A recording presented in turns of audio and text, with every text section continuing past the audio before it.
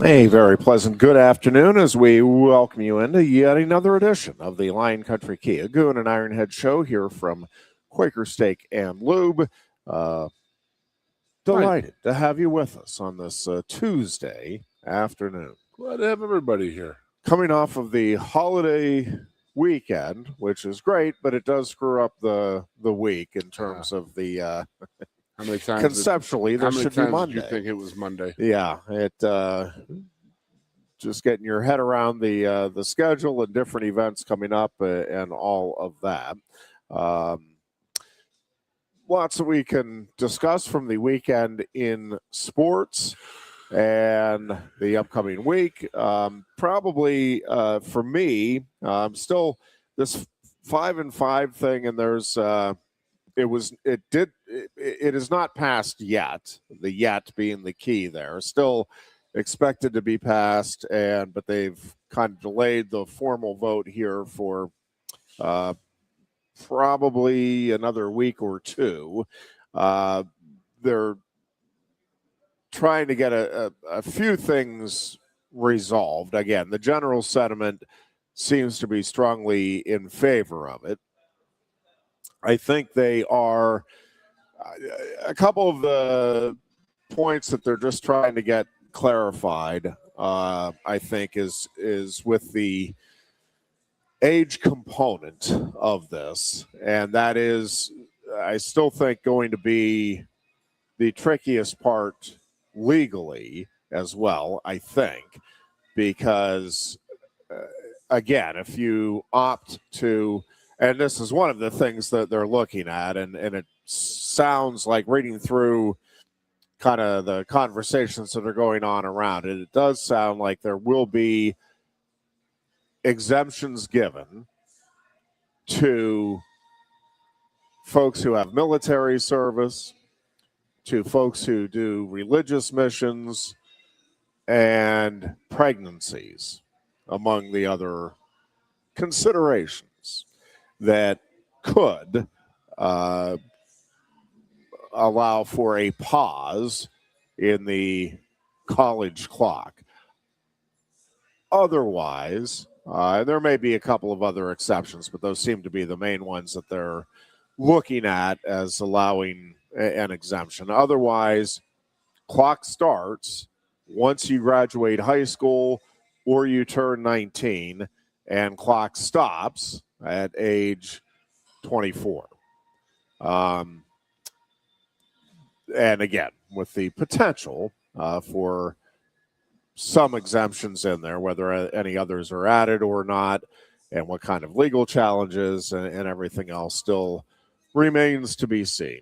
But again, if you've not followed this, you've not been following our little program here, the basic idea is you have 5 years of eligibility.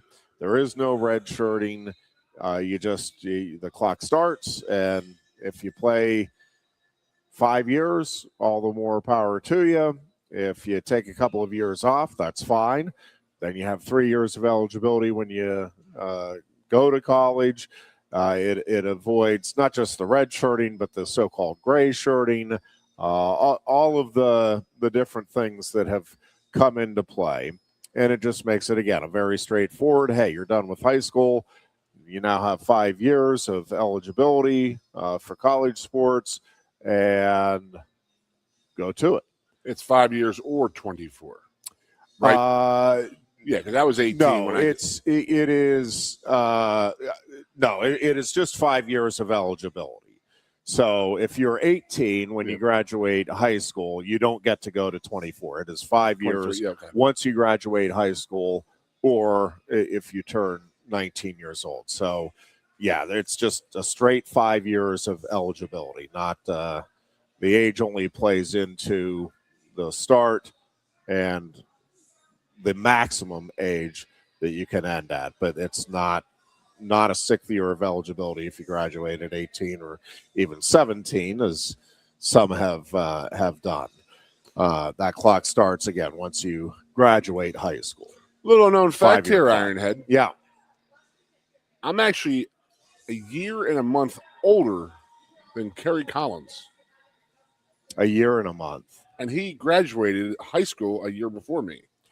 Yeah, I will say we've run into that. It is. I mean, I was a late baby for 72. I was born in November. Yep. So I was like, all right, we're going to go. They're going to hold me back. So they held me back. Kerry was born in December around, Holy Christmas week, New Year's week of that same year of 72. But he went to school a year earlier than I did. Yeah, I will say these days you can have, and I don't think it's all that uncommon to have up to a 2-year difference in a couple of classmates. I'm not even going to add Marco in there. In high school, in part, I think more and more people are. Actually, I don't know that that's true. I'm aware of more people that are holding kids back, sometimes for athletics. Sometimes it's just, hey, I don't think they're there yet, maturity-wise, all of the things that play into it. If you hold a kid back, and like we really we debated with our kiddo with the pandemic more than anything else, because he had kindergarten in the pandemic year, and what we debated was, because it was basically a virtual kindergarten. Wow. Now, fortunately, we had grandma kindergarten, and so grandma was there for the personal instruction and was kind of guided by the virtual stuff. But there was a lot of leeway there in what, there were certain things that you needed to do and show and all of that. But a lot of it was just, these are the concepts, get through to them, whatever. But we really debated then, all right, that following year, should he, and he's a July birthday, so he's one of the weird ones. He's one of the youngest kids. I think he is the youngest kid baseball in his class. Yeah. So the thing is, like, from a social standpoint, from a maturity standpoint, from an athletic standpoint, all of those things, it would have been probably better to hold him back that year. But he's a pretty bright kid and needs to be challenged. Like, he gets bored easily if you're not challenging him academically. And so we opted to just have him go to first grade. See? And academically good. Everything else, I probably debatable. Although talking to teachers and parents and all of that, I just think all of those kids, whether you held them back or not, it's a struggle trying to get everything figured out and getting back on track with everything that's involved and being a contributing member of society. That's my excuse now. It's a new one I just picked up today. Yeah. I wasn't challenged academically. There you go. No, I mean, I got to ask. You and I are close enough in age that we were raised in the same state, granted 3 hours apart, but did you have pre-kindergarten as a male? I did not. But do you have it? Did they have it here? I went to a kindergarten at Enfield Elementary in Springfield Township, the township I grew up in, outside of Philly, and I went to pre-kindergarten with all boys. Yeah, we did not do that. Yeah, and it was that I'm aware. I'm aware of. I'm looking at it now. It was just a question of these guys were all born late in the year or early in the year. They mixed this together and they picked out who was the most mature, like of the crew, because I had some guys in my class in the pre-kindergarten class go on to kindergarten or go on to first grade. Whereas I had to go to kindergarten twice, and me and like 20 of us had to do that. And it was always I've always suspected it was just how boys don't mature as fast as women. Yeah. As girls. So they had the boys pre-kindergarten class, picked and choose who was mature enough, obviously smart enough to continue on to the next level, or can get another year of kindergarten, because I did 2 years of kindergarten, I guess. And I've always, I just tell people all day, like, could you imagine having an all-male class now? Like, oh, no, this is just boys. No, that's not going to happen in the public school. No, sorry, Bobby. Yeah, so we went to a pre-kindergarten. A lot of the guys I grew up with, we were all born late in the year, and then it was guys who were born early. Like Kerry would have been in there. Not so much your kid. He would have been July, so he would have been pushed through in the class before, because what is it? September was the date. Do you remember that? I think it was all very similar to the Little League baseball thing. Like if you're 13 before age in September, you're okay. Oh, after September, so whatever, something like that. But I just kid around now. It's always like I just laugh. Like, could you imagine trying to say like, oh yeah, this is only for boys in this class in a public school in Pennsylvania? Yeah, that's not going to happen anymore. But gladly, I'm mature enough that I had to be held back because again, still my excuse. I'm not challenged enough mentally. There you go. Academically, I wasn't challenged. But I will say this: if I had children and I had a decision, I would hold them back as long as I possibly could, just because of my physical growth, mental growth, maturity growth, and that was the difference of me in 16, 17 to when I was 18. Yeah. Holy crap, man. I mean, you too probably, because you probably stopped growing tall and you started to fill your body out, and athletically you started to take over. And I just think that, yeah, it is interesting. The different times, the different people mature. It is really interesting to me. And I think we talk a lot about quarterbacks going to the right situation, right? The right team, the right coaching staff, developmentally, getting the right coaches, but also being in a system that fits them, that works for them, players around them that can elevate the game, all of those things. I do think it also, I was thinking about this, I ran into a old neighborhood pal and high school classmate, elementary school classmate of mine. And I was just thinking, when we were coming through, there were, and even now, like on my kiddo's Little League team, like there are some kids that are on his team that are a couple of years younger, and you're looking at them and they're like, they have it together. Like they're smacking the ball around. They understand the game. They're firing the ball. And, my kiddo's coming along. He's fine in all of those areas. But, I mean, it's been a process. And 2 years ago, he was nowhere near. And these guys are, it's a couple of them. But, I mean, they're further along now in third grade than he is in fifth grade, just in terms of that athletic development. And what I do think happens sometimes, just like you get potentially a great quarterback gets lost in the shuffle because he's surrounded by awful coaching, subpar talent around him, an organization that doesn't know what it's doing, can't get out of his way. I do think there are kids, and I don't think it's the norm. For the most part, a great quarterback, you can see, all right, it's a great quarterback. He's surrounded like it.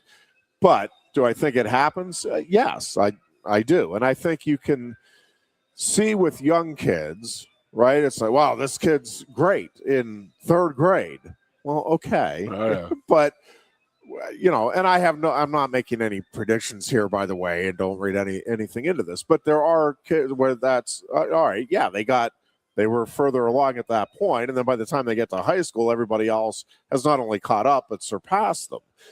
And it's like, but if you've invested in them, and I don't mean the way NFL teams invest in first-round picks, but you do see it, right? Parents, coaches, oh man, your kid has talent, and you're all right. Well, we'll get him to this camp. We'll get him to this, and maybe another kid who's just not there yet, and will hit that growth spurt in middle school, or maybe not even until high school. Yep. Well, by then, again, in some situations, it's like, well, everybody else already gave up on them. And it's like, well, forget about it. Now, others will keep battling through. And I mean, there's heroic stories out there. Michael Jordan famously got cut from, I forget now. Was it his high school team? High school, JV basketball. Yeah. And, obviously went on and had a decent career for himself. He was okay. But I do wonder sometimes how many kids that could potentially, if not be Michael Jordan great, could have been very good, maybe even professional athletes. Just it's like, well, yeah, but they weren't there when the system, quote unquote, in a given area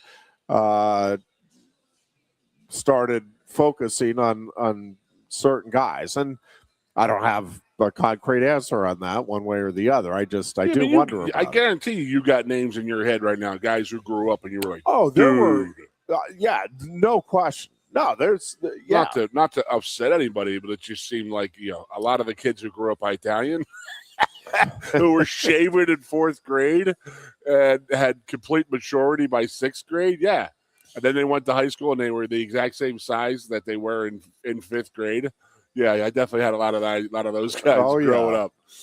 But I mean, it is a huge thing in the maturation, physically and emotionally, of maturing when it comes to athletics and school too. I mean, it takes for sure. It just takes I got to buckle down here. I got to get this work done and this and that.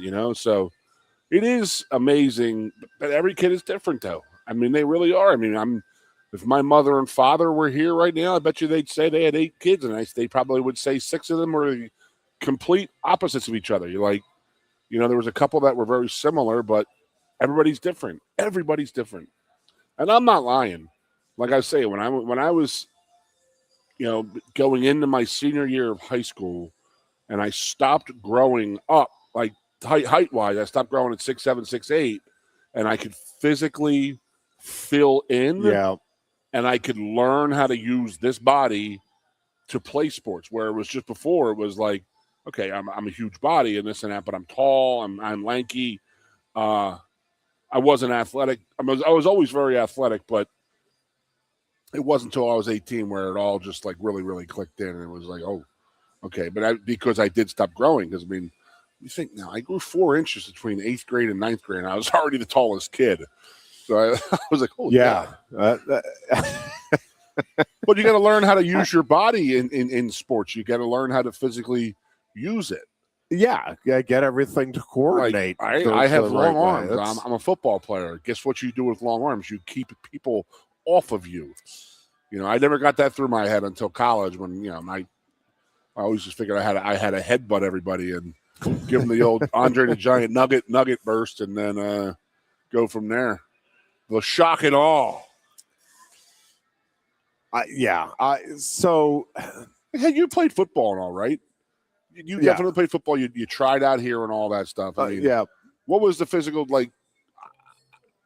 Obviously, I know the difference in high school to college, but were you physically? Did you feel better when you were a freshman in college? Like, wow, wish I had known this or done this in high school. Yeah, for sure. And it's funny.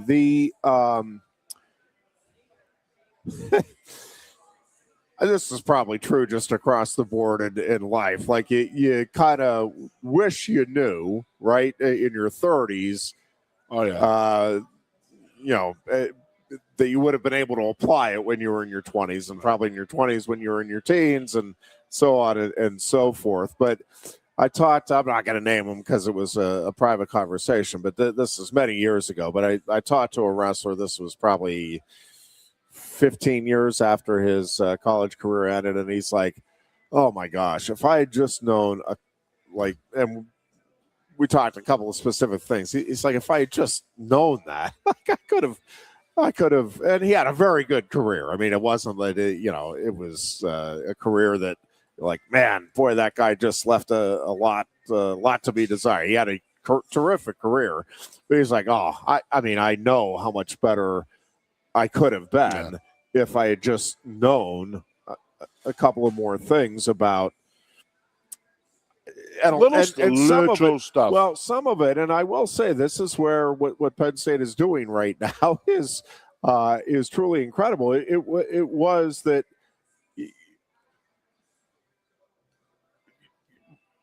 his life wasn't defined by a win or a loss here or there. He's like, I'm telling you, at the time, it felt like that was everything. And again, that is not an uncommon thing for athletes, because you're putting a lot into it. You want to win a championship. You want to be an All-American. You want to be the best at whatever you're doing. And there's pressure that comes with that. But knowing that 10 years down the road, like, people aren't going to you don't get all kinds of fancy exceptions to life's rules because, hey, you won a title 10 years ago. Nor does anybody look down on you because, hey, 10 years ago you lost in that title bout, or your team lost a national championship game or a playoff game or whatever it may be. That's, again, bragging rights that come with the championship. I'm not saying there's not some good things that happen, and certainly if you're in the right market, you could probably get some free beers the rest of your life if you're one of the Red Sox that part of the curse-breaking championship team. I get it. I'm just saying, generally speaking, you get the point. It's the life goes on, and there's hopefully much more significant things you'll be doing with your life than what you do in an athletic venue.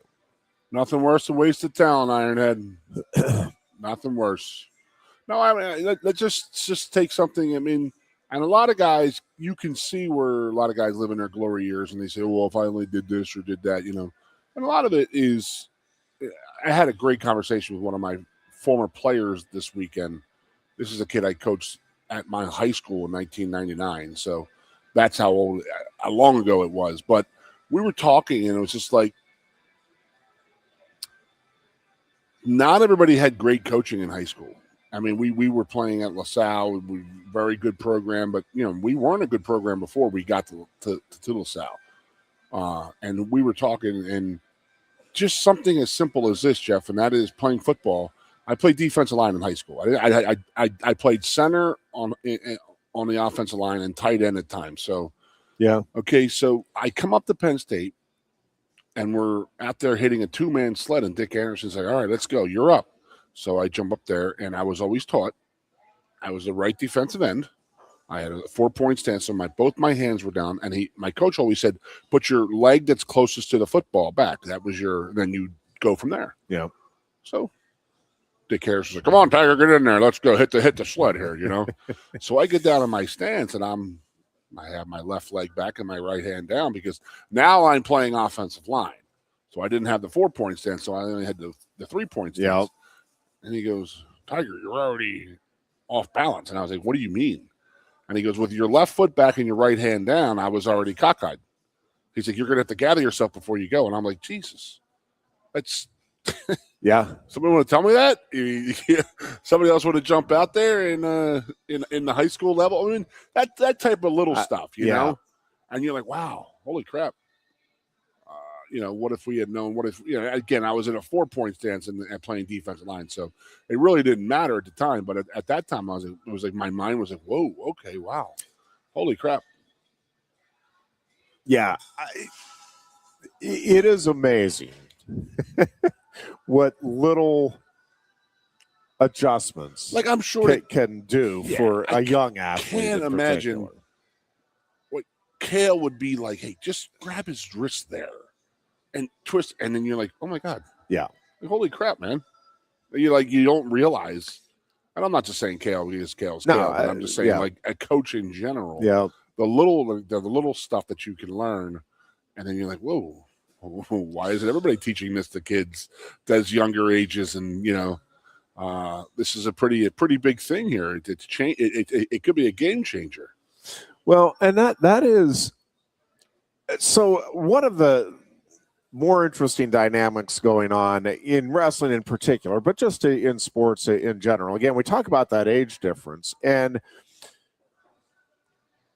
when I was growing up, and even now, like I said, when I'm looking at the difference between some 10-year-olds and 12-year-olds, it's like, whoa. Like there's now, again, there are exceptions. There's, again, a couple of kids that are a couple of years younger than my kiddo, and I'm like, oh, they are they've got it together, at least for this age group or this range. But like when I was growing up, 2 years difference was a big deal, and it still can be, right, with notable exceptions. But like the difference between 19 and 17 can be pretty significant, which again, in the wrestling world right now, still, it's why many of our heads are spinning trying to figure out how Bo Bassett and Jaden James and PJ Duke and Marcus Blaze and all of these guys are doing what they're doing against guys that are in their mid-20s. I mean, again, I'm talking about 2 years difference. It's like, well, 16 and 18, that's a big difference. Well, there's 16-year-olds and 17-year-olds now beating guys that are in the absolute prime of their sport who have been weight training, have been established, have been learning from the best coaches during all of that time, and it seemingly doesn't matter. And it's just, that is still wild to me. Well, what about, I know it's on TV here and this and that, but I always said to myself, why is it that like young female tennis players are absolute dynamos and they're like 22 and they're done? Doesn't that seem weird? When you go to the men's league, it's like guys are like in their 40s and they could still be, like they could, like, not all, but like it just seems like a lot of the star great female tennis players were very, very young ages in doing this. And like, how does that happen? I mean, is their physical maturity that much faster? But like, you're going against a grown woman though, like Chrissy Everett versus Martina Navratilova. Like Chrissy Everett was a young girl, or Monica Seles, which is how I see a commercial up there for her. She was dominant, 14 years old, Steffi Graf. By the time they were much older, they were like fried up, and it was just like, why do female tennis players excel at such a younger age than men? I mean, is it a maturity thing? Jeez, it has to be. I mean, there's only one way to physically mature. Yeah.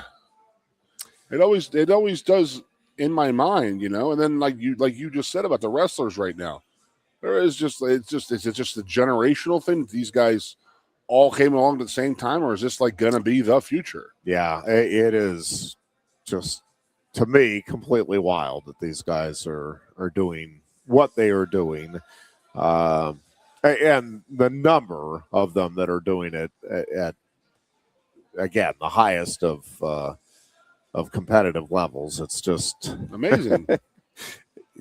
Very hard for me at least to get my head around how they are able to do that. All right, let's take a break here. When we come back, I want to talk a little bit more about the 5-5 and just kind of the implications here for colleges. There's also still a lot of discussion going on regarding the future of college athletics in general, but in particular, college football playoffs going to 16 or 24. And once again, it sounds like the Big Ten and the SEC are at least kicking around the idea of kind of breaking off and doing their own thing. And when you look at the revenue being produced by the Big Ten and the SEC versus like the ACC and the Big 12, again, the ACC and the Big 12 are doing very well. It's not that they're in dire straits, but compared to the other two, when you compare those numbers to what the Big Ten and the SEC are doing, it clearly pales in comparison. And then, the idea that you have like MAC schools are technically on the same level, right? They're all D1 or FBS programs. So, well, one of these is not like the other. Go play over there at all. So it does feel like they're going to have to kind of figure out some sort of all right, this is the big They also boy. need to figure out this is my issue, is if they go to 24, I think that it's okay number, but you're going to destroy the regular season. Well, let's kick that around a little bit. That's my biggest argument. Yeah, let's kick that around a little bit when we come back well. You are listening to the Lion Country Kia Goon and Ironhead Show. We are coming to you from Quaker Steak and Lube. You look a bit nervous, hey? Thierry, what's it like to stand in the FIFA World Cup stadium? Wouldn't you like to know? Just tell me. Come on. It's not something that you can put into words. Such a tease. You can't rush it. You will find out when it's your time. Thanks for the wisdom, coach. So, how much longer? Now go and make history, my man. Here's the World Cup you've been waiting for. Actually, the World Cup's been waiting for me. That's the spirit. Just remember who drove you here. Inspiring every step of the next legend. The official matchball carrier, proudly sponsored by Kia. Inspiration connects us all.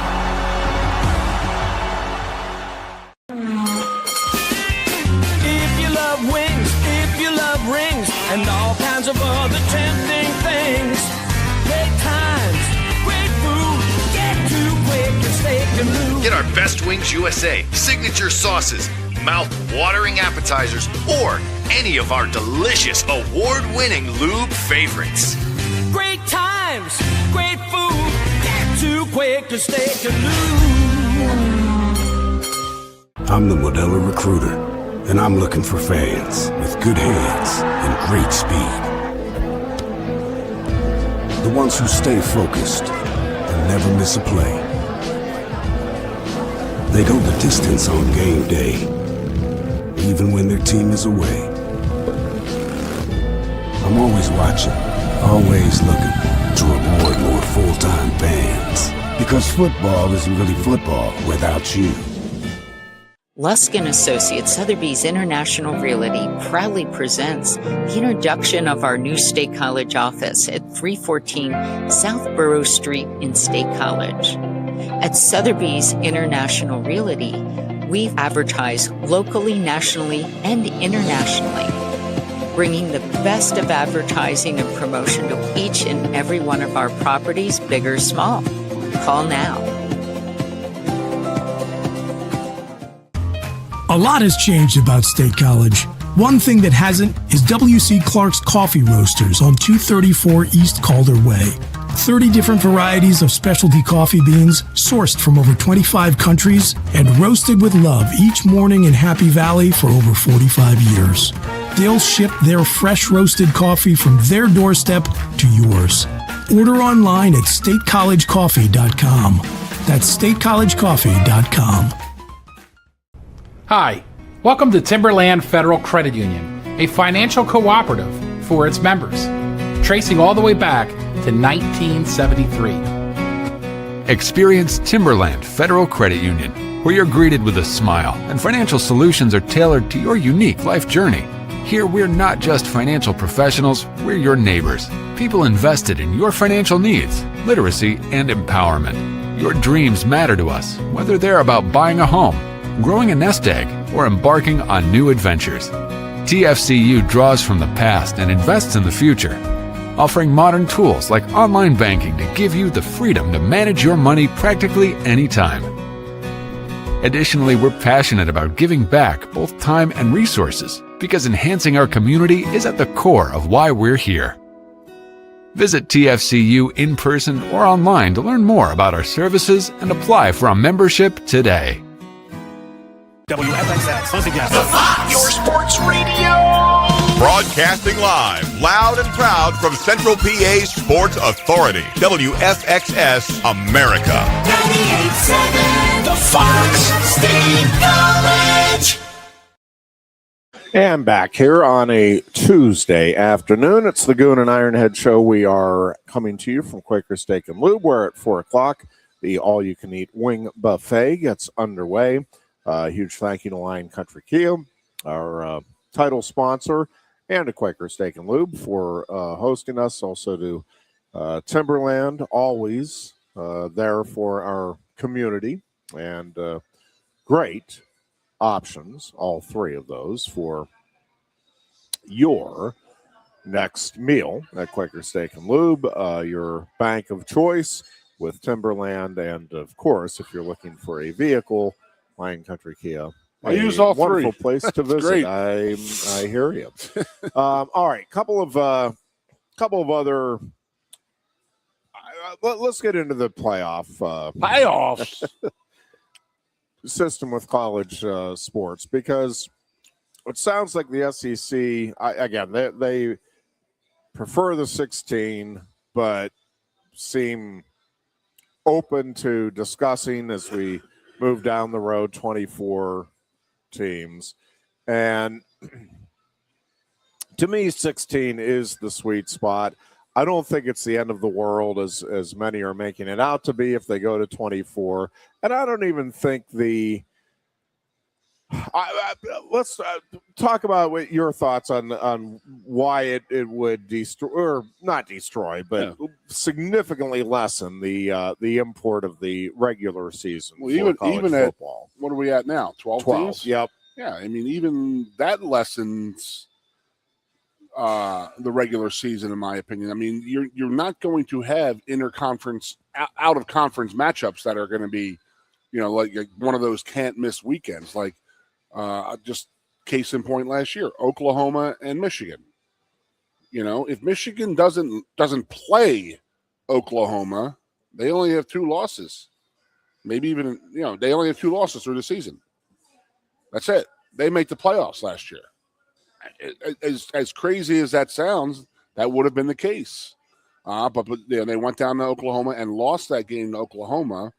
So then they had the 3 losses. So they lost out on going in the playoffs. So, I just think that those days of playing a big out of conference game would be null and void. Like, why even risk your team to lose a game because one more loss towards not going to the playoffs? And that's exactly what would happen. And I think that we would lose those. Like, listen, I don't like when Penn State, our first 3 games every year, the last couple of years have been just, I don't like it.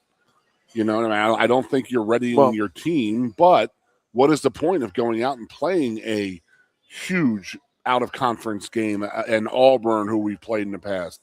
I know we played West Virginia. I know we're going to play Syracuse and all this, but I'm talking like the big dogs, like going down and playing an LSU or, going out and Oklahoma or a Texas type of thing, a Penn State-Texas matchup, a Penn State-Miami matchup.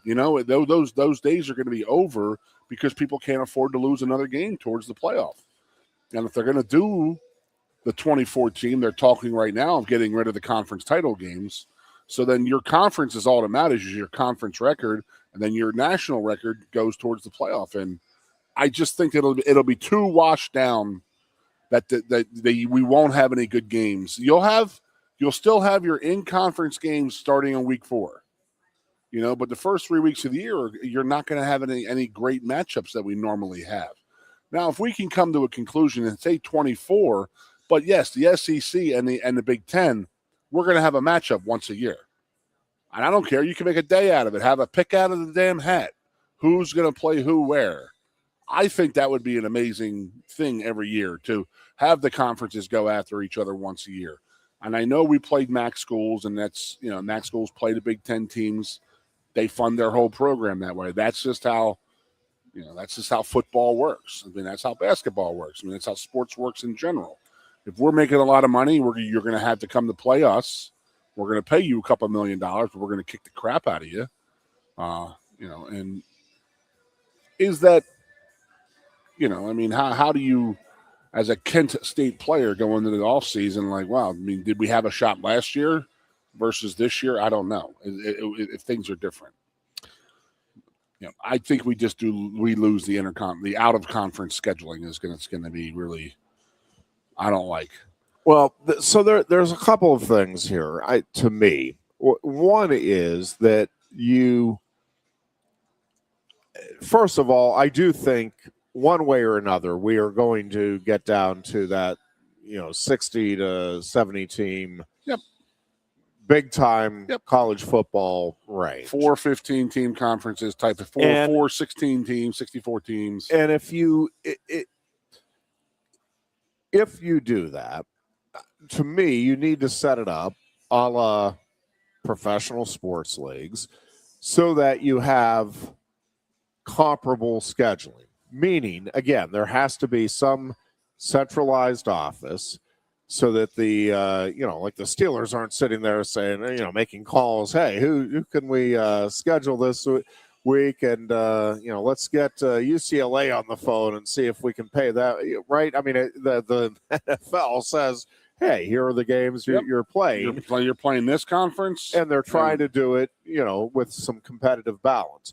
So I think, to me, it starts there. If you go to actually, regardless, even if you stayed at 12, but certainly as we move forward with this thing, there just needs to be a centralized office, part of which their duties are to schedule. I can get behind that. College football. And as a Big Ten and the SEC want to do that, then you guys, you go be the big dogs and you guys go do this. Well, but there's a couple of ways you could even do it with that. And one is, hey, we're talking football specifically here because, again, it is a physical sport. I think you could at least start with the idea similar to the old AFL, NFL days where, hey, the Big Ten plays 10 Big Ten games. I'm making up the number. I know, I get you got to make the finances work and the home schedule, whatever. But they're getting paid now, so let's go with 12, so that it's you get the 6 home games guaranteed. And one way you could do it is, you don't play outside of your conference. So let's just say we go to 20 teams in the Big Ten. There's 9 other teams in your division, and you play all of those 9 teams every year. You play 3 teams that rotate through from the other division, and then you get to the playoffs, and the top 4 from each conference go, and then there's the committee, whatever it may be, that decides the other teams that will go, the other 8 or whatever it may be. But you have, something set where, so many teams are going. Maybe it's just you set it that, it is just the top whatever teams, and you seed them accordingly. Or, again, you could set up, all right, we're going to have 1 or 2 games each year that, you're outside of the conference. But, again, it needs to be a centralized, in my thinking, it needs to be a centralized scheduling organization that takes care of that. Okay. And then we can do that, Jeff. The revenue obviously gets split up still among the conference members, and maybe by all of the teams. The one thing I keep seeing, and I admit I've always wanted the expanded playoffs. Again, 16 to me is the sweet spot. I'm okay with 24. I don't think it's that big of a deal one way or the other myself. First of all, you're still going to have you're going to be playing for seeding, and the seeding is still going to be important. So I don't think, there's been some talk about, well, teams are going to tank games at the end of the year if they're undefeated because they have games to spare. I don't think that's going to be the case. You want that home game. You want the home game or games, depending on how the format ultimately plays out. But I don't think there's enough.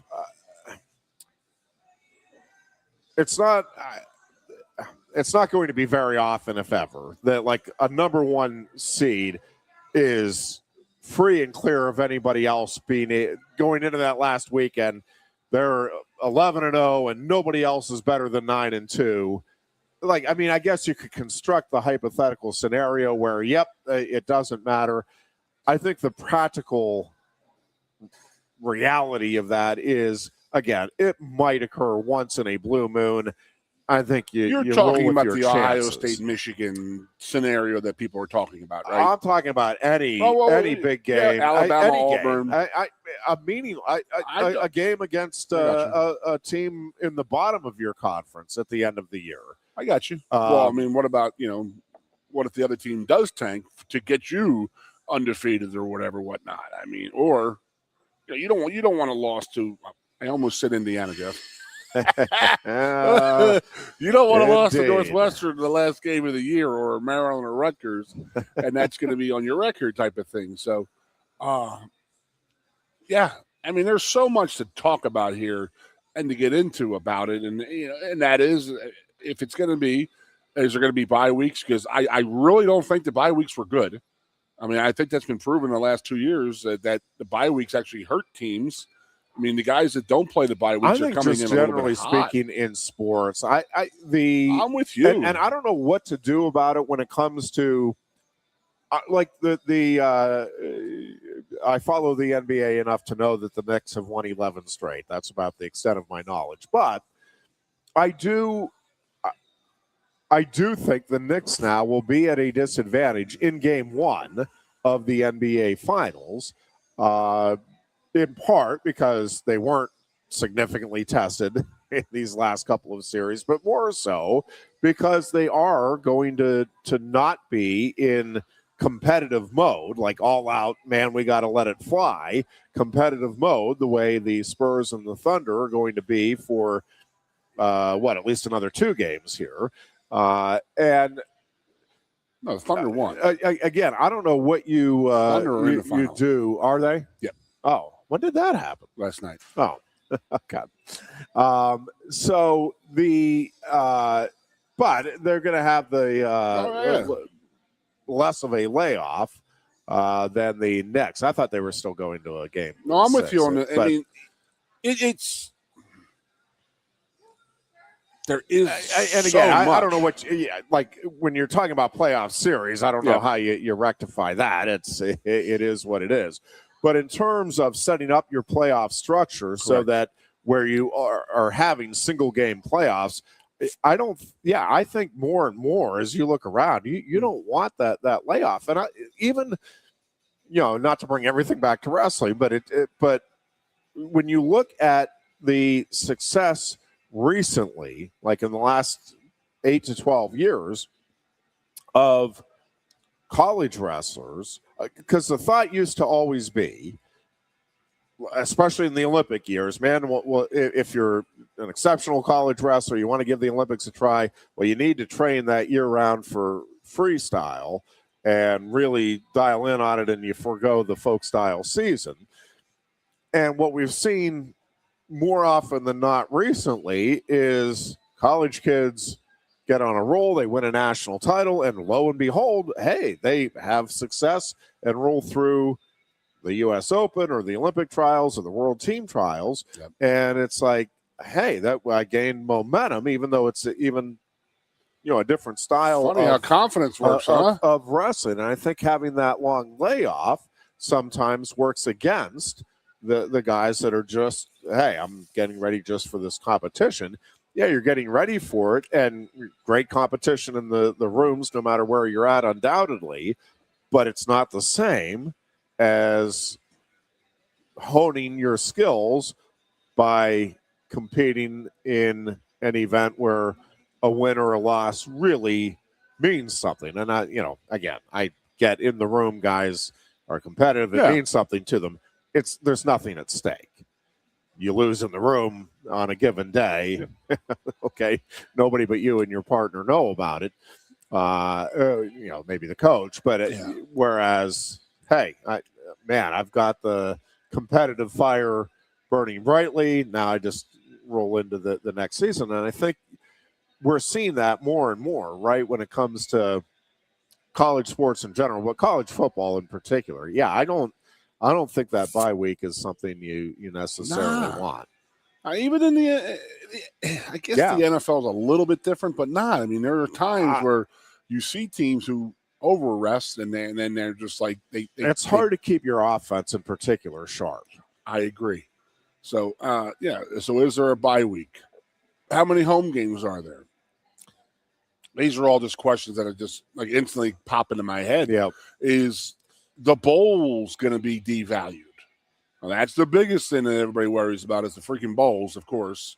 They're all worried about the bowls because, is the Rose Bowl going to lose its luster? Yeah, it's no longer going to be the Big Ten and this and that. But, I mean, how many home games are we talking now? Just the 1 week again and then go to another bowl game? Who's picking it? What committee? Is there a committee that they're deciding on this committee? They're like the bowl committee. Is it going to be just like that? I don't know. There's so much, but I'm happy we're having these conversations. Right there with having gone through. That's everything. why, to me, again, 16 still feels like I think we're heading to 24, and again, I don't think it's the end of the world, but honestly, if you're going to go to 24, I think going to 32 makes more sense because, again, going to 24, you're going to have the same things that we're having at 12 in terms of the weeks off, the bye weeks, and trying to determine. I get there's more money involved and more games, but in terms of 16 to me, all right, well, now you have you go 16 to 8 to 4 to 2, and you have your champion. It's clear cut. All right, you just see the top 8 are home. It's just, to me, a much more clearly competitively equitable playoff format to implement. And I think the 24-team format just, again, leads to some of those same issues that we've been talking about with the 12-team format. Well, you're going to, like we said, the bye weeks. But I mean, are we going to play conference title games? Are we going to get rid of them completely? I'm sure the conferences aren't going to be happy about them, nor is the TV. But if you only have now we're talking about if you're going to have 32 teams, that's what, 5 extra games if you go to play the national title. So you're talking about playing a 9-game schedule than having a 5-game. That would be ideal because I know that these coaches and the conferences are talking. They want to get rid of the conference games. They want these games done well before the next semester. I mean, the fact that we were January 20th last year, that's insane to think about. I mean, you had kids who were graduates. Yeah. And then, the timing has to be, we got to fix that up. I mean, with that, do you get rid of the small, go to 32 teams? You're going to give you'll be 16 teams will be guaranteed home games. For, a 5th or 6th home game. And then all those, you got to make sure that those 10 games remain important. And they do because you got to win your conference. I get it, but the out of conference is where the fun was. But if you're not going to have an out of conference, you just get a straight conference play. I'm cool with that. But us helping, but the MAC's going away then. If that's the case, the MAC's going. Well, as the AAC a quote-unquote D1, I mean, I think you can keep them. Again, I think you can have different tiers of football. But, yes, what I, for lack of a better term, will just call big boy football. I think, and really that probably, I would argue that probably should have been done a while ago because, yes, every once in a blue moon you have Appalachian State knocking off Michigan, and, yep, it's a great story. But for every one of those, you get, 25 to 30 games that are 63-0 and that are 42-0 at halftime. And it's like, well, all right. I mean, way to go, guys. That's not a great. Nobody hurt today. recipe for. And is that good for the fans? And I don't even know that it's necessarily that great for the players either. And even on the winning team, it's like you kind of want to try to get tested, right? Or at least I don't know. Yeah. Or your roommate comes up to you and says, Ironhead, you didn't even play today. We won 81-0. You may want to think about a new career, bud. Yes, indeed. Yeah, I don't know. I just think that they I'm okay with the 24-team format. Like I said, I think there's going to be some issues there with the competitive fairness isn't the right term. Again, right now with the 12-team format, we've talked about it. I think it's a legitimate debate as to whether you'd rather be a 4 or a 5 seed. And I think there's, from the outside looking in, I think I would pretty strongly, if I'm the athletic director in particular, but even as a coach or a player, I think I'd rather be that 5 seed, get that home game, and get the opportunity, and then we get a chance to knock off the 4 seed, which, we're basically on even footing, you presume, competitively. And they had off this past week. They're rested, but they could be rusty. Yes. And I'm a businessman. You're a businessman. You understand the importance of a home game. A home playoff game? Are you kidding me? Yeah, and not just for the university or the athletic department, but for the community. Again, especially if you're talking about a place like Penn State or most of these. No, man, that was where a you're going to sell year out for a lot of these people up here. That SMU game, that was a free $2 million for the community. It was a big time. That was a hell of a Christmas season that year, buddy. And then who's making those decisions, and home games. Yes, I get it. Is round 2 a home game? But you're right. I mean, I would rather, personally, like I said, I'm a business person. I understand the importance of money, but like a home game for Penn State is huge. Yeah, huge money for the university. And then let's not kid ourselves. We have a distinct advantage here. If we were to play a Southern team, I mean, our weather in mid-December is not pretty. As we well know with how that SMU game was a couple of years ago. Holy crap, man. But, that's a distinct advantage. That's a good thing for us. We should be pushing for more home games and more away game, more games at the favorite. Yeah. The higher-ranked team. I mean, I just think that was so big for us financially as a school and as a town and all that stuff. I mean, geez, that's money you're not expecting. That's a fantastic thing. And if you can get 2 of those, woo, baby. I hear you. Me like you. All right, let's take a break here. We are back with much more. It is our Tuesday edition of the Lion Country Kia Goon and Ironhead Show. You look a bit nervous, hey? Thierry, what's it like to stand in the FIFA World Cup stadium? Wouldn't you like to know? Just tell me. Come on. It's not something that you can put into words. Such a tease. You can't rush it. You will find out when it's your time. Thanks for the wisdom, Coach. So, how much longer? Now go and make history, my man. Here's the World Cup you've been waiting for. Actually, the World Cup's been waiting for me. That's the spirit. Just remember who drove you here. Inspiring every step of the next legend. The official matchball carrier, proudly sponsored by Kia. Inspiration connects us all.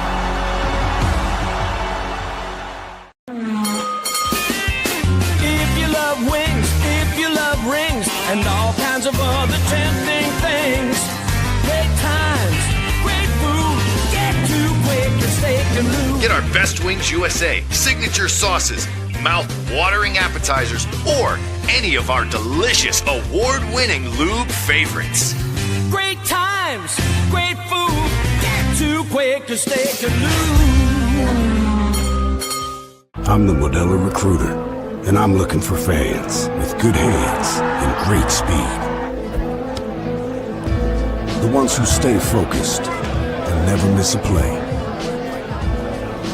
They go the distance on game day, even when their team is away. I'm always watching, always looking to reward more full-time fans. Because football isn't really football without you. Lusk & Associates Sotheby's International Realty proudly presents the introduction of our new State College office at 314 South Borough Street in State College. At Sotheby's International Realty, we advertise locally, nationally, and internationally, bringing the best of advertising and promotion to each and every one of our properties, big or small. Call now. A lot has changed about State College. One thing that hasn't is W.C. Clark's Coffee Roasters on 234 East Calder Way. 30 different varieties of specialty coffee beans sourced from over 25 countries and roasted with love each morning in Happy Valley for over 45 years. They'll ship their fresh roasted coffee from their doorstep to yours. Order online at statecollegecoffee.com. That's statecollegecoffee.com. Hi, welcome to Timberland Federal Credit Union, a financial cooperative for its members, tracing all the way back to 1973.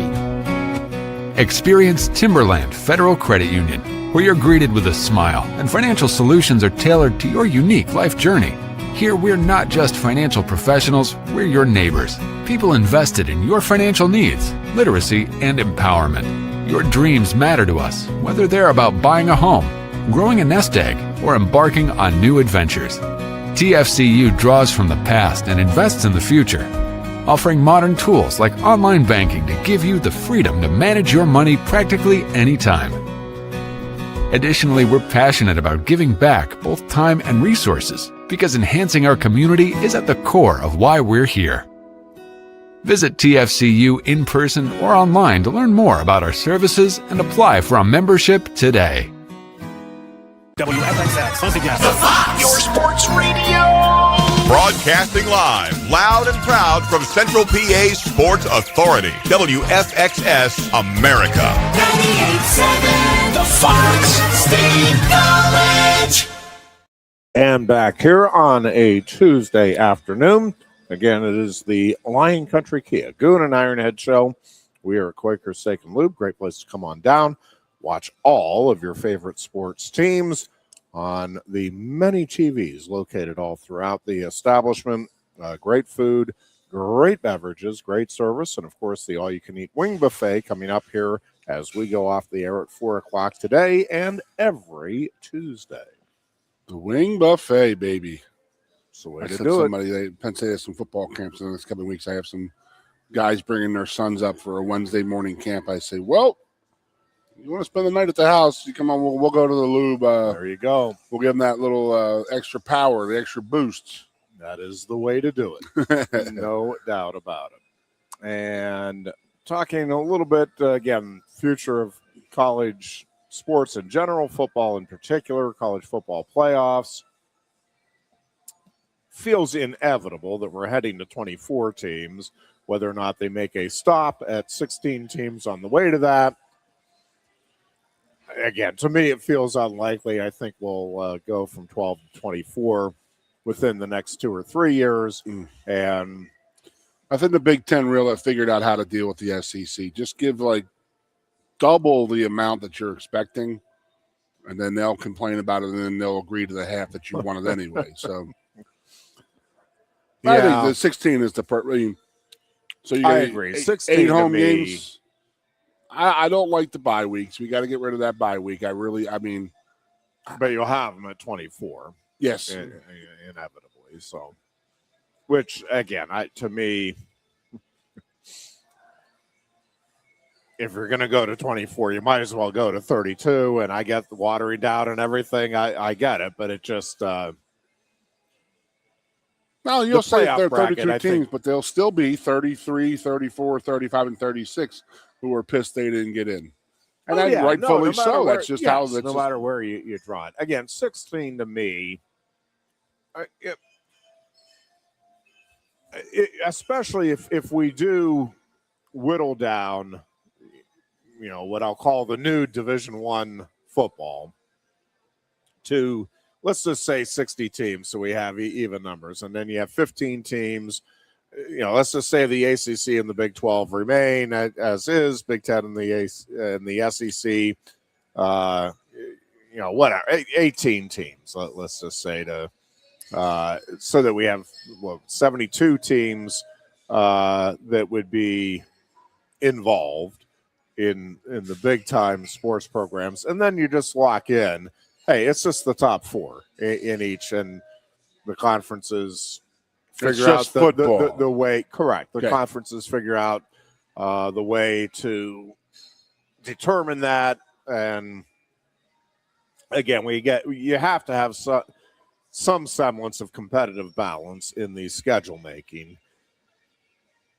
And pretty much that has to be done by some centralized office. So that is another couple of components that need to take place. You're still trying to keep the NIL the same, never-ending, open-ended, or do you want to have some kind of salary cap? Because I wouldn't be opposed to that. Yeah, I think they'll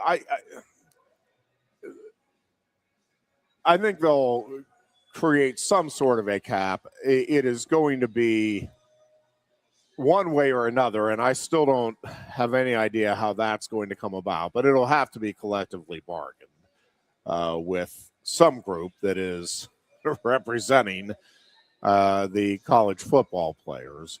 And, that's probably still the biggest piece that has to come into play here, is led by the Big Ten and the SEC, but whatever big-time college football is moving forward needs a centralized governing office replacing the NCAA and handling football only, right, in terms of legislating rules, in terms of creating schedules, figuring out how the pie is going to be divided up, what the rules are that will be in place regarding the transfer portal and how guys can move around and what the financial impact is there to the athletes and to the schools, all of those things.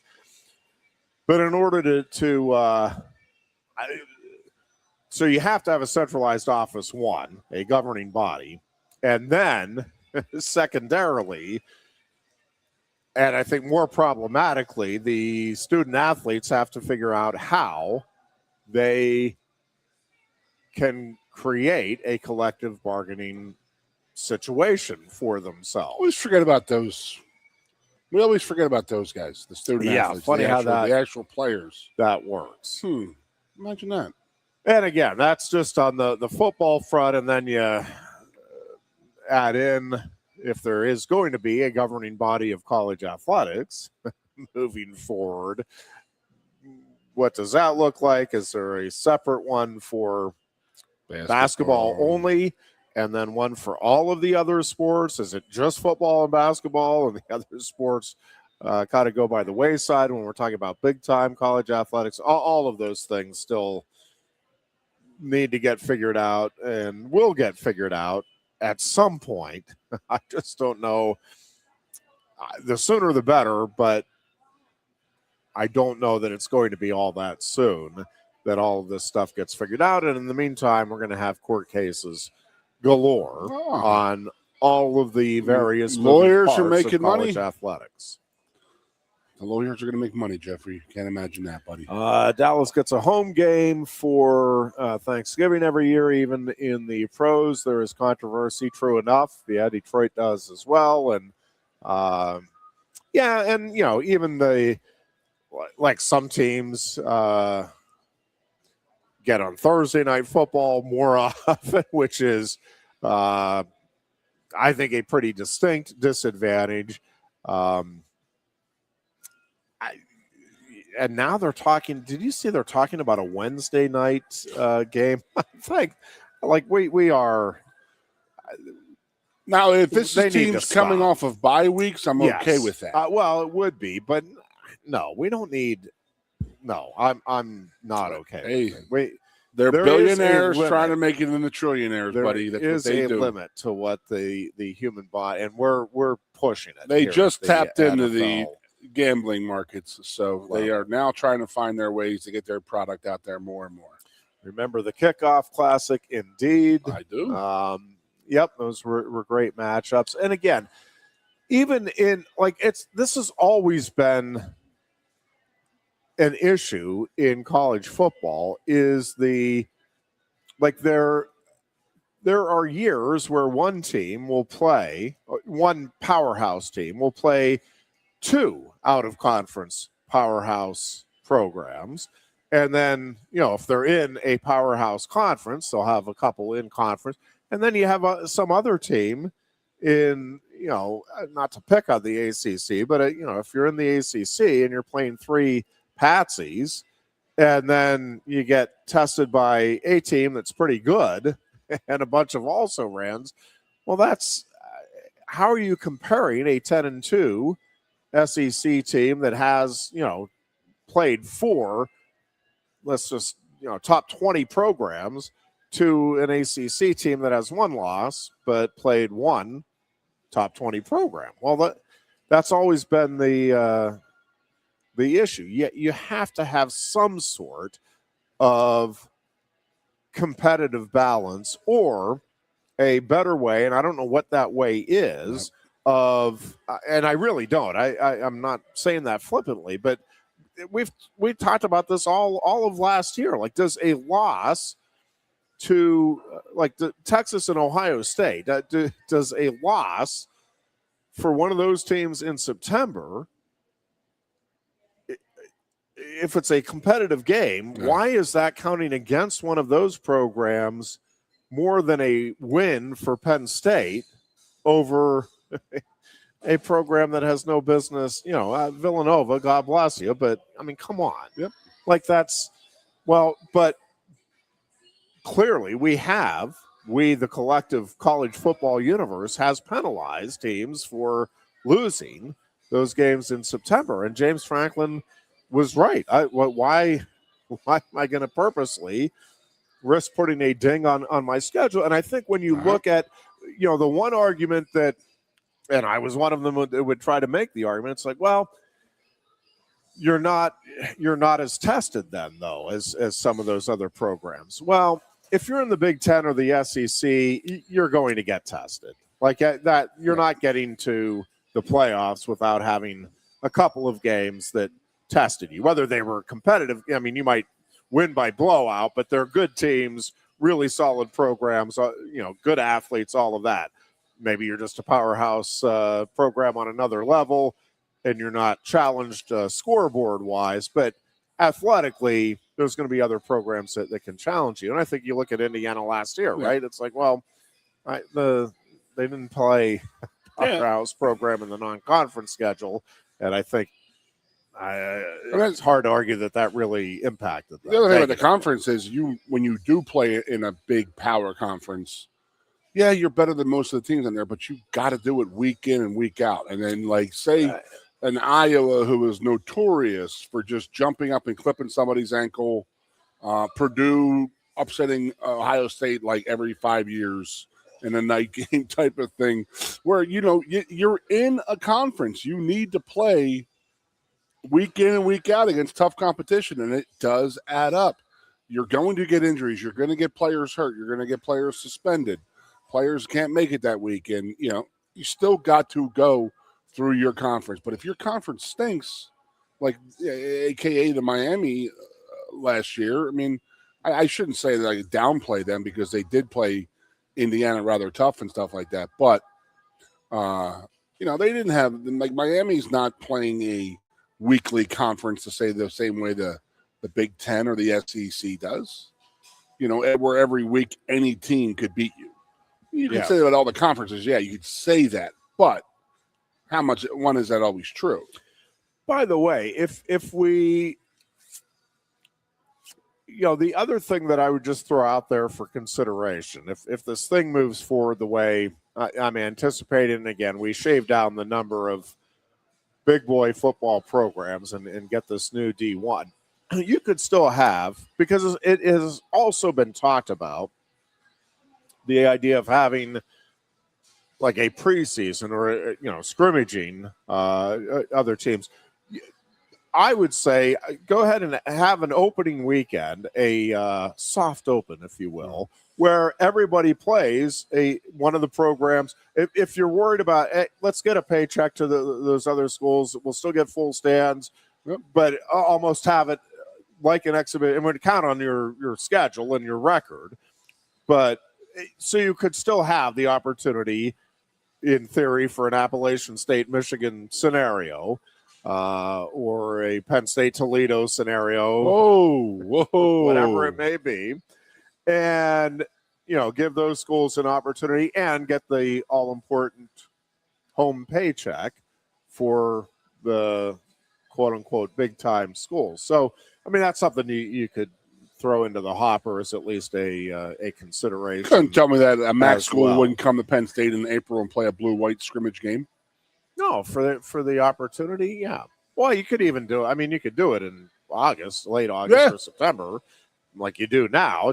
But it would be a weekend kind of designated. All right, everybody is going to schedule one of those teams that's not in the quote unquote big D1 it all out. World, and then you move. That's what we do, forward buddy. From there. So I think that would be workable. I still don't know.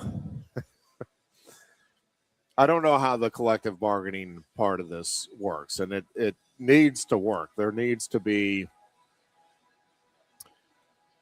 athlete representation instead of rules just being handed down with them now collecting a paycheck. So that's – And I don't think that they've spoken up. The players haven't. Well, not collectively. Well, the players there's not an opportunity to yet. And I think they're just happy getting anything. Out. They're just happy getting anything right now, and that's the other thing. Well, when they do realize that, like, hey, we could get much, much, much more and should get much, much more, I think that's when it's going to come up, because these kids are only 3 or 4 years into the NIL. You'll get into it. The lawyers will figure it out how to get into it soon enough, buddy. Oh, they're already. No, we've got lawsuits galore already over eligibility, over, again, the number of years that you're allowed to compete, over the NIL restrictions, such as they are. All of that stuff is already on the table. And I'll just take free parking passes and 2 season tickets the rest of my life as my NIL. There you go. Reparations. That seems fair enough, especially with the way parking is going. Holy smokes. Not just here. That's not a shot at Penn State. That's just I think people are realizing, like, whoa, this is a free stream of income here. This is a guaranteed free stream that will punish people for not using the internet and prepaying. Yeah, it is.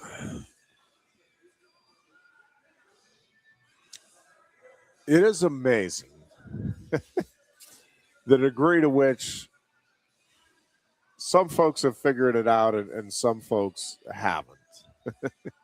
And again, everybody's still in the adjustment period and trying to figure out moving forward. More importantly, all right, this is what we think is going to happen or should happen, and you're trying to anticipate as best you can if you're an athletic department or a conference or a given program.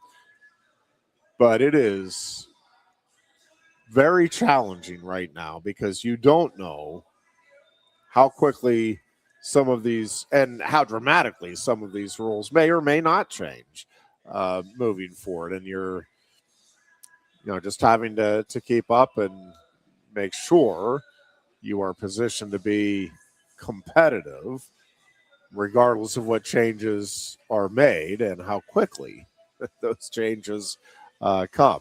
Good luck with that. That is not an easy task. Well, just think about this, how much it – I'm not going to say it hasn't changed because,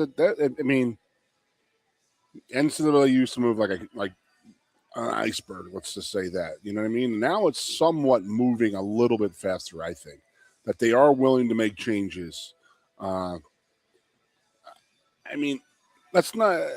We got to bring in now. You know, the people who are paying for this are going to be the television people. Well, and the streaming services. Yes. And probably as we move forward, the streaming services even more so than the networks, which is also hard to get for some of us that have been around a while. Hard for us to get our head around that concept. I mean, what if you have all the games on pay-per-view?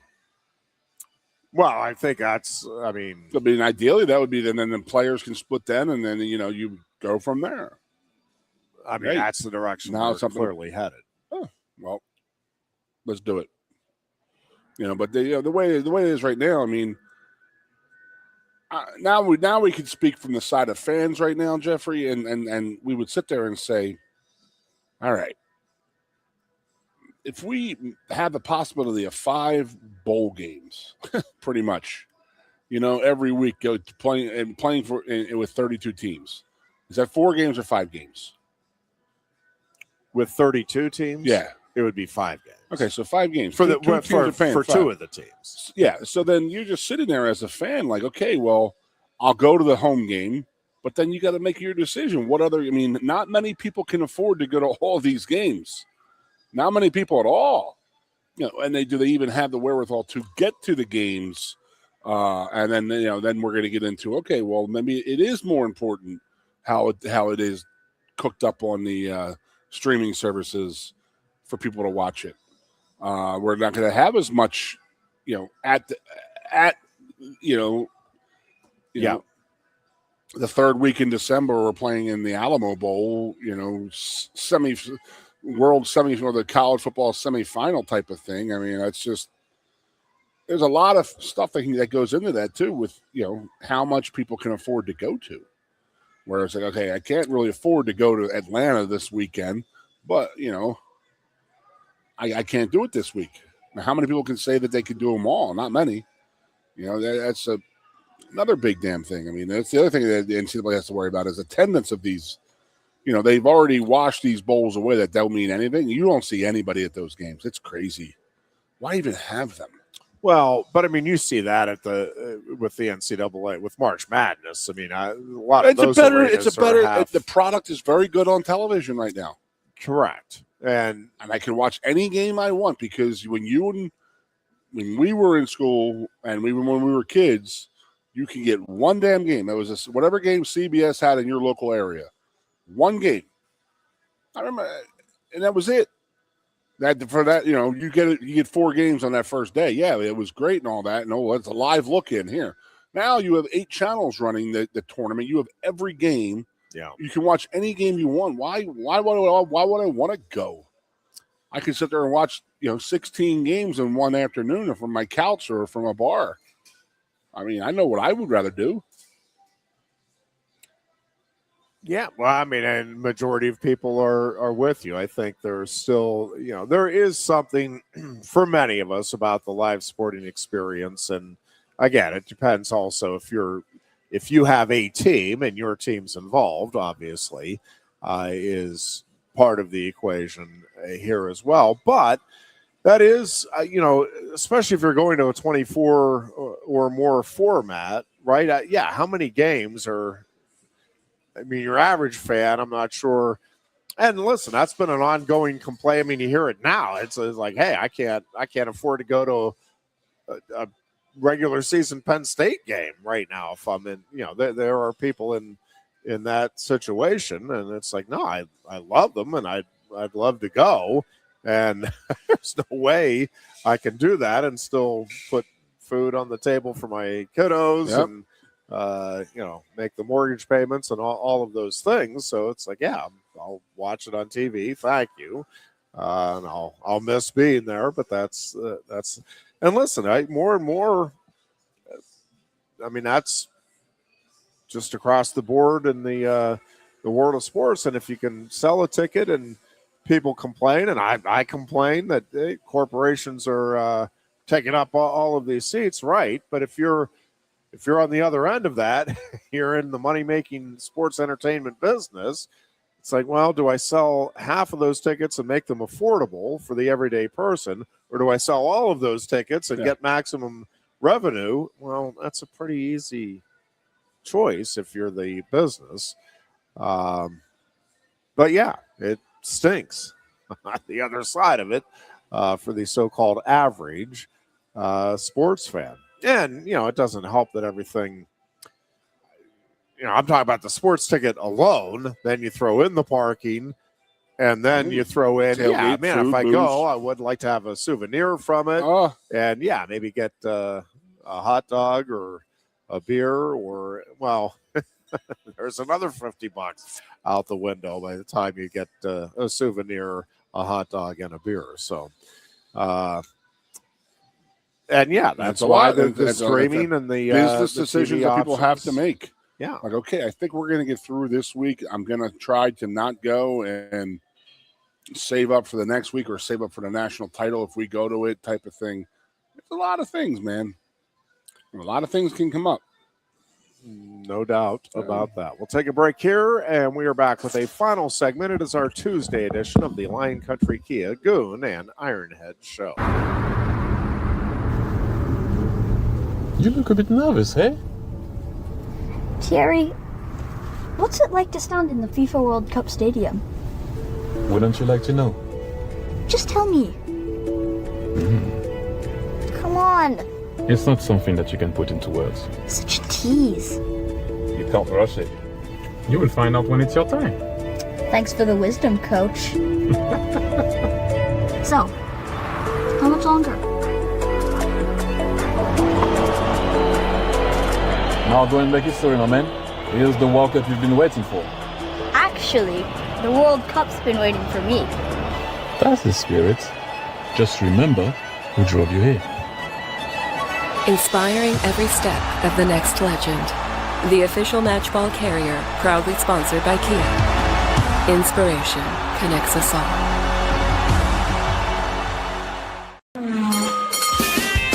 If you love wings, if you love rings, and all kinds of other tempting things, great times, great food, get to Quaker Steak Lube. Get our Best Wings USA, signature sauces, mouth-watering appetizers, or any of our delicious award-winning lube favorites. Great times, great food, get to Quaker Steak Lube. I'm the Modelo Recruiter, and I'm looking for fans with good hands and great speed. The ones who stay focused and never miss a play. They go the distance on game day, even when their team is away. I'm always watching, always looking to reward more full-time fans. Because football isn't really football without you. Lusk & Associates Sotheby's International Realty proudly presents the introduction of our new State College office at 314 South Borough Street in State College. At Sotheby's International Realty, we advertise locally, nationally, and internationally, bringing the best of advertising and promotion to each and every one of our properties, big or small. Call now. A lot has changed about State College. One thing that hasn't is W.C. Clark's Coffee Roasters on 234 East Calder Way. 30 different varieties of specialty coffee beans sourced from over 25 countries and roasted with love each morning in Happy Valley for over 45 years. They'll ship their fresh roasted coffee from their doorstep to yours. Order online at statecollegecoffee.com. That's statecollegecoffee.com. Hi, welcome to Timberland Federal Credit Union, a financial cooperative for its members, tracing all the way back to 1973. Experience Timberland Federal Credit Union, where you're greeted with a smile and financial solutions are tailored to your unique life journey. Here, we're not just financial professionals, we're your neighbors, people invested in your financial needs, literacy, and empowerment. Your dreams matter to us, whether they're about buying a home, growing a nest egg, or embarking on new adventures. TFCU draws from the past and invests in the future, offering modern tools like online banking to give you the freedom to manage your money practically anytime. Additionally, we're passionate about giving back both time and resources because enhancing our community is at the core of why we're here. Visit TFCU in person or online to learn more about our services and apply for a membership today. WFXX, once again, the Fox, your sports radio. Broadcasting live, loud and proud from Central PA's Sports Authority, WFXS America. 98.7, the Fox State College. We are here at Quaker Steak and Lube, where at 4 o'clock the all-you-can-eat wing buffet gets underway. We would strongly encourage you to come on down and check that out and enjoy all of the sports action here at the Lube this evening, including the beloved Buccos taking on the despised Chicago Cubs. They're coming back well to you. On their way to a 4-game sweep. They're coming back to you. Or so we hope. You were asking.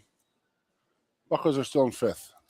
Yes, still in last place, but only 4.5 games out of first place in the wildly competitive National League Central and surprisingly good National League Central, at least so far this season. Get the Phil Dogs tonight, 9:40. Against the I was going to call your boy last night. Beloved Padres. The beloved Padres. I was going to call the Turtle and talk some smack to him last night. And I said, I'll do it tomorrow. But I was like, I don't think the kid will be up at 1 in the morning when the game's up. Probably not. Although, actually, with him, you never know. Still weird sleeping patterns? Yeah. Well. Just we do not sleep through the night. Very often, if ever. Tell him to give him my number. He can call me. I will pass that along. You could have some interesting late night discussions. Oh, my God. Did you try this? Yes, I tried everything. Yeah, he has some interesting thoughts at 1 a.m., I will say. Does he crawl into your bed with you guys, or does he have his own room? Yeah. He's he comes in and he just it's 1 in the afternoon to him. It might as well be. Talking, yes. questions. Yep. Oh, my God. Yeah, lots of discussion. Like the world's problems are being figured out. Slowly but surely. God bless him. That's great. So we got our big weekend coming up here with the Coaches vs. Cancer, something near and dear to our hearts. Yep. Saturday or Thursday night that starts up here. Yeah, the reception always a good Thursday weekend. Night. Then the golfing. Yep, great event. I mean the Jeff Byers Expo that goes on annually. Oh, I'm telling you, with all the newspaper reporters following Ironhead, it's like pretty much having Tiger Woods play you the blue course. Brilliant display of golf. Absolutely, no question about it. Every now and then, I find my ball. There you go. Even after teeing it off. That's very impressive. Every now and then. Yep. So that's Thursday night, golfing Friday. Friday night will be a little guys in town, stuff like that. But then Saturday we're having, not we, but Wayne Sebastianelli's having a celebration of life up here for Dr. Seabass. So that'll be some guys coming in for this weekend and stuff like that. And slow weekend this past one. It was very slow. I don't remember it being this cold ever on Memorial Day. I know that Memorial Day weekend. A little rough. Well, how insane was the weather though? Like last night at 4 o'clock, it was 81 degrees. Gorgeous. The most beautiful day of the year. I was like, what the hell, man? It got too hot. A little too hot. Yep. Yeah, we kind of skipped over the. Yeah, we're not having spring any weather spring. part It's of just, yeah, we're going winter to summer right away. Yeah, instantly. It's been a little rough. And when are you away, Jeffrey? What's your vacations this year? Well, we go to North Carolina third week in June. It's our usual, and might duck away here or there for a long weekend elsewhere, but okay, that's the main one. It's good. I mean, I didn't think you guys were going west this year or anything. No, not this year. We're bringing a couple of friends, families with kids around Reggie's age, so it'll be it'll be fun. We're looking forward. I will look forward to it regardless, but it'll be a little extra fun this year. No doubt the kiddo is super excited. So yeah, that is a good thing. The big thing that's going on this very soon. Yeah. Is it June 1st or July 1st that Adidas takes over? Because I'm waiting for these Nike sales to start. Yeah, I will say it is. You just know somebody somewhere is going to make a mistake. I don't know. I know they are pounding it into everybody involved, the importance of getting the right gear on and all of that. For coaches and athletes, fans, obviously, you're free to wear well what you want. You're okay. But as representatives of the university, it is one of those things, and especially, if you're in commercials or you're doing even just interviews for magazines or for TV stations or anything where there's pictures. Sure. It's like you need to have the right gear on. A post-practice press conference, you sure as hell better have a Adidas closed gear on. I mean, top to bottom. Top to bottom. Yeah, that's... I mean, just think about that, having to gear check. up all the athletes and all the staff and all the coaches and all the support people across this university, having to get them all this gear. And, oh, man. And then saying, hey, that's a lot. Hey, you can't wear the Nike anymore. I mean, I worked there for 3 seasons, and I could not believe the stuff that I have. I still have it in my closet. Yeah. I mean, how much stuff have you gotten from the wrestling that you barely even use or barely even wear? I wear most of them. You wear it out. Yeah. Looking for that free meal. I'm good like that. Hey, I have my. I'm the voice of the Penn State Wrestling. Yeah, I like the. You know what I mean? No, I mean there's stuff that I have at the house that I haven't worn in years. But I mean, it doesn't matter to me. I'll wear it, Nike or not. I don't give a crap. If it fits me, that's what I'll wear it. But I can't imagine the cost of what's going to have to take place. Is it July 1st? Now that I think about it, I think that's right. Okay. Although it may be June. Well, it's June 1st this week. It is. That's crazy to think about when it's 48 degrees out. Yep. Damn. Yeah, it's a little nuts. So, yeah, I mean, we're going back to this. Let's go back to this football scheduling thing. I mean, could you imagine if, the way the NFL works is everybody has a division. So that would be, the Pac. It would be the Big Ten East and West, pretty much. We break it down 9-9, I think, and then, you'd have to play. Would the SC, would the Big Ten have to play like the ACC East Coast teams, like would the Big Ten East versus the Pac-12, or not the Pac-12, but the ACC East, and how they do it with football, where the Eagles will play the whole Steelers division. Yeah, that type of thing. I would love for that to happen because, again, I don't want to see. First of all, I don't want to see the first 3 weeks of the year. Penn State, Villanova, Penn State, Buffalo, Penn State, Marshall, Penn State. That's what happening anyways. I know I hear you, but yeah. Yeah, but I mean, this year and last year were pretty bad. I mean, I know we got Syracuse coming, we got West Virginia in the past and all that. I mean, that's okay. I'll take that. That's still a name. I mean, rather than Marshall, Villanova, Buffalo, Temple. Yeah. They really mean nothing. So it's like the season doesn't mean anything until week 4. And again, I go back to, the university expects fans to come up and why do I want to pay money for those type of games when I could, save my money to come to the USC game, come to the Wisconsin game? I don't know. There's a lot that can be done. Would it be nice to have a centralized scheduler and and have interconference play one time a year or even twice? Why not? I think that would be absolutely fantastic. I really, truly do. I mean, I would love to play an SEC school once a year and then an ACC school another year, and take a Big 12 team off, play 2 of the 3. Well, if there's 4, why don't we just play 3? Yeah, I think they will create something like that at some point.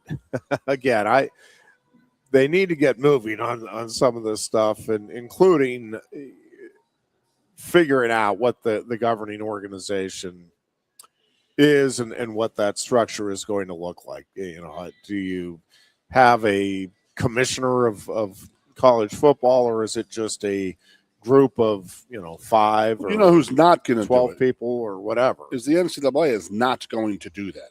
That needs to be thrust upon them. Yes. And that the conference has got to say, no, this is how we're going to do it. Well, and it's like the NCAA right now.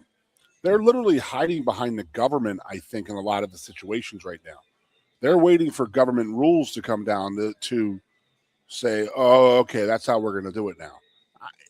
In a weird way, I think that's what they're doing. Well, I mean, even at the state level, the PIAA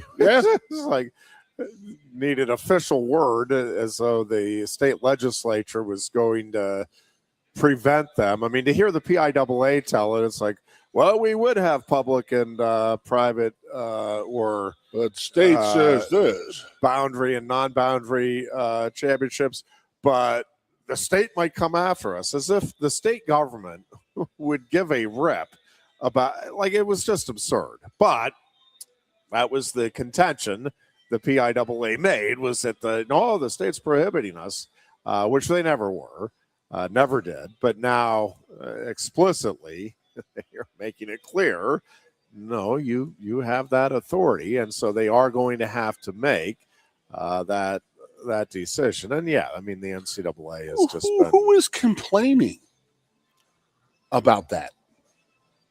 About what? The boundary, non-boundary. Oh, like just about every... No. I mean, about every boundary school. Yeah. Yeah. Just so about what the hell? everyone. What's the holdup? And LaSalle and St. Joe's Prep and Pittsburgh Central Catholic, again, they don't give a rip. You know what I mean? It doesn't matter to them. They're going to say, okay, well, whoever we got to play, let's go. Now you would know what side of the coin I'm on, and that is I want them to have 2 different state titles, because I don't think it is fair. I think that, I played football and have enough really good friends who come from small town USAs who might have like an iconic team one time in their 20 years, and then they go against a 2A team and lose by 40 in the state playoffs. Right. That's a horrible taste in your mouth right there.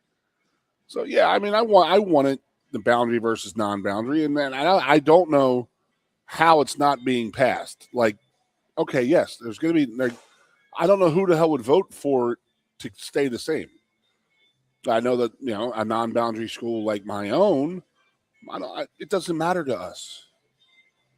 I mean, if you want to play, I don't know. Some have been pretty resistant to it. Who? Like non-boundary schools? Yeah. Who? McCord? You said? Well, among them, yeah. Why? What do they have to gain or lose?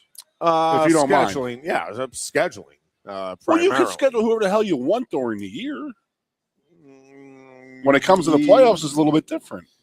Well, depending on how you're. Are they in a conference? Looking at the point system. Yeah. So we'll see how all of that gets. Or are they part of the WPIAL? But that's something that the PIAA. No, they're down. They're near Altoona, Johnstown. Yeah. They west of Champs is Western Pennsylvania. The PIAA could have acted. I mean, they were hiding behind that, and now will be forced to make the decision and move forward with it. What I think will be, I think in conjunction with it, they need to also cut down the number of classes they have, like in the football and basketball championships, and get that back to 4 classes is probably right, but 6 is it's too many. I don't think there's enough 6A non-boundaries in the state. because LaSalle and St. Joe's Preps are the only ones in Yeah, that non-boundary. could very well be. Yeah. LaSalle and the Prep, because Father Judge, Archbishop Ryan, Roman, they're not 6A. Bonner, they're not 6A.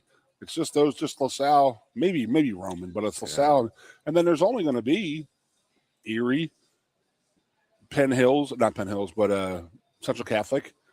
I mean, out west, there's only, you're not going to have, but it's not going to be a lot. No, for no, sure. no. So you're going to, 1, 2, and 3, I think. Maybe that's why McCourt's mad, because they got to play up a division or two now and probably get smacked around. Who would win? Well, no, right now they don't. In football, they don't need to move up. Yeah. Anyways, that's neither here nor there. Oh, it just seems like it should be talked about and it should be getting done soon. I think so. Yeah, I hope so. Anyway, it's the same thing about the college stuff. It's like, we know what we want to do. Let's go do it. Why do we have to go through all of this? I mean, I guess there's contracts involved, and well, again, college football needs its own entity, governing organization in charge of football. Jeff, we can run that. Out all of the ins and outs, and again, getting the collective bargaining, however that's going to be done. And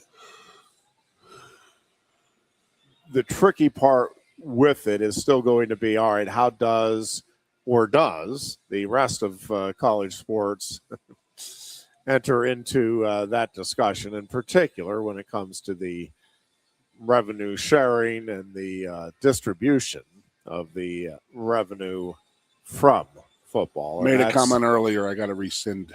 Yeah. Salary cap. Because if we have a salary cap, and we're just going to go right back to the McDonald's bags full of cash. It's just going to go back to that, and then say, okay, well, this is above and beyond. This is now illegal money. So now we're going right back to where we were 15 years ago. You know what I mean. Now, there's always going to be teams trying to get around the salary cap if there's one out there, and I really do think that there should be, because that would somewhat level the field. I mean, I'm not thinking it's going to be a super leveling, but I level agree the field. with you. I think I think the schools that are going to be quote unquote big time football schools would all then be in the same ballpark, at least. Again, there's still going to be, and that's just the reality of life. I mean, it's not everything's going to be completely balanced or completely equal, but you're going to be in the general ballpark of, all right, these are the scholarships we're all giving. This is the NIL or salary that we're all giving, the opportunities that are there. And it'll be, again, at least comparable and not as wide-ranging as what we currently have with supposed programs that are in the same division. Division One, as we knew it, FBS as it's called these days. But I mean, again, comparing the overall status, and again, it's not that everything's going to be equal. If you have a salary cap and all of these things in place, but you're not going to have the type of gap that you currently have between like an Alabama and a Georgia and a Kent State, right? Like that's just not going to be part of the equation. Now, again, what I don't know is, all right, you have the big boys giving the 85 scholarships or whatever they settle in on, 105 now, but whatever they end up settling in on, and these are the roster sizes and all of the things that they can work through and negotiate and figure out. All right, that's the big time programs. Then, like, does everybody else just revert to like Division III in football, where it's like, hey, come and, we have an extracurricular activity, or is there another tier couple of other tiers, 5 other tiers of, all right, yeah, these schools give scholarships and you still get $5,000 a player or $1,000 a player, and I have no idea. I haven't looked at the economics of that and what all would be involved, but like the football programs that we're talking about are still significant programs for their communities, right? And like the MAC is competitive within the MAC, and it's a big deal for the student athletes that are there that are on scholarship, right? And they are getting NIL opportunities, understandably not like they're getting at Penn State or Ohio State or Michigan, but they're getting those opportunities. Well, does all of that go by the board, or is there again another tier to this, or another couple of tiers where there is, something in between when it comes to scholarships and, probably more importantly, the NIL or salary opportunities? And I'm just sitting I don't know. In my head, there's a lot that's got to be figured out there as well. You're talking, and I'm sitting here thinking in my head, like, I'm a MAC school, and they sacrificed me and my teammates to go and play at Michigan. I'm Kent State. I'm going to go to Michigan. We're going to get paid. They're going to give us $2 million. Okay. Yeah. But then people say, well, that's what the MAC, they run their whole program on that $2 million. Yep. But guess what, buddy? Where's that revenue sharing going to the players? Or does that just come through the media stuff? You know what I mean? Oh, yeah. Oh, man. If guys are getting paid, I'm sure they'll be okay being the Washington Generals. Oh, yeah. Well, they already have been. They already are. And listen, it is a neat opportunity if you're at one of those schools, right, to have the opportunity to play at Michigan Stadium in the big house, or at Beaver Stadium, or whatever the case may be. Like, that is regardless of the result, that's a pretty cool opportunity to have Villanova coming up here and belt. playing at Penn State. There's a lot of guys down there are like, damn, like that's my dream was to go to Penn State, but hey, it didn't happen, but you're playing there. Yeah. And I get it. I love it. Yeah, I don't know. It's in terms of opportunities moving forward, a lot of different ways that they could go about it. They do need to get it figured out. And again, to me, in pretty short order, they've got to get some sort of a governing structure for football, for college football, and then figure out the relationship of that organization to college sports in general, and what that relationship will look like moving forward, because that's obviously going to be the crux of the issue for college athletics and big time college athletics as we know it moving forward. Is all right, well, what is available for non-football and non-basketball, but in particular non-football programs at the schools that have the big boy football teams. And I don't long term, I don't think that bodes well for the non-football and non-basketball programs. Hope I'm wrong. Could be wrong. But I don't think long term that's going to bode well. I think that universities and conferences are letting people know, like, hey, this is what it's like. They don't make money. What are you supposed to do? And they're making that pretty blunt right now by letting everybody know who makes what and doesn't make what, who makes this and who makes that. Yeah, and again, there are programs that will be able to, with sponsors and advertising opportunities and all of that, would be able to make a go of it. My question is, and I genuinely don't know the answer, are there enough of those teams in any of those sports to keep those sports like it would be great? All right, well, Penn State, Oklahoma State, and Iowa wrestling, they will come up with whatever money they need to keep it. Well, that's great. You can't have a league with 3 teams. Still like want to that see doesn't, like, a lot more can't wrestling than 3 teams. Yes, and still want to see a Stanford. And even if you, all right, you throw Ohio State in there and Virginia Tech. Okay, I mean, maybe you get to 10, maybe. Well, is that enough? Like, that's not really enough. To make it worthwhile, right? You probably need at least 16, and really probably need to be up in the upper 20s to make it. All right, yeah, this is fun. We have enough schools that are competitive, enough good athletes out there. You feel like different teams have a chance. You have enough different teams on the schedule each year. All of those things that come into play. And I just don't know, again, not just with wrestling. I don't know with any of these sports if there's. It's a great point. We're getting into our last minute, but remind me of this. I'll ask you this Thursday. What if they allow more guys in each weight class from the same schools? I mean, could that? I mean, you're going against everything. That would probably lessen the. Yeah, I don't know that would work because then. You at least get your You're guys. Going to have Penn State A and B. Iowa. You need to get like 25 to 30. There's not 32 would be ideal, obviously. There. Yeah, at least. So, yeah, it's it'll be Penn State 6 versus Penn State 2. Interesting times, to say the least, in college sports. All right, we are going to wrap up shop for today.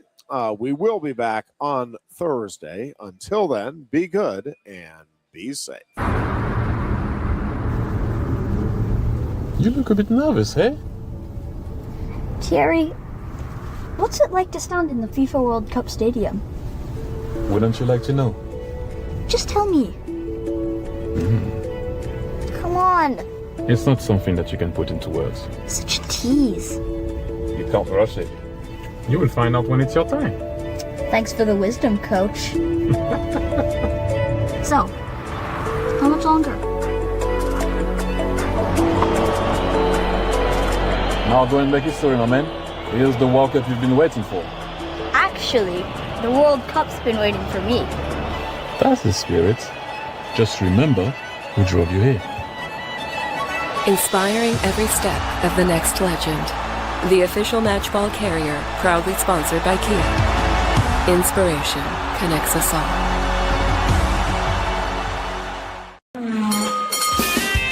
If you love wings, if you love rings, and all kinds of other tempting things, great times, great food, get to Quaker Steak Lube. Get our Best Wings USA signature sauces, mouth-watering appetizers, or any of our delicious award-winning lube favorites.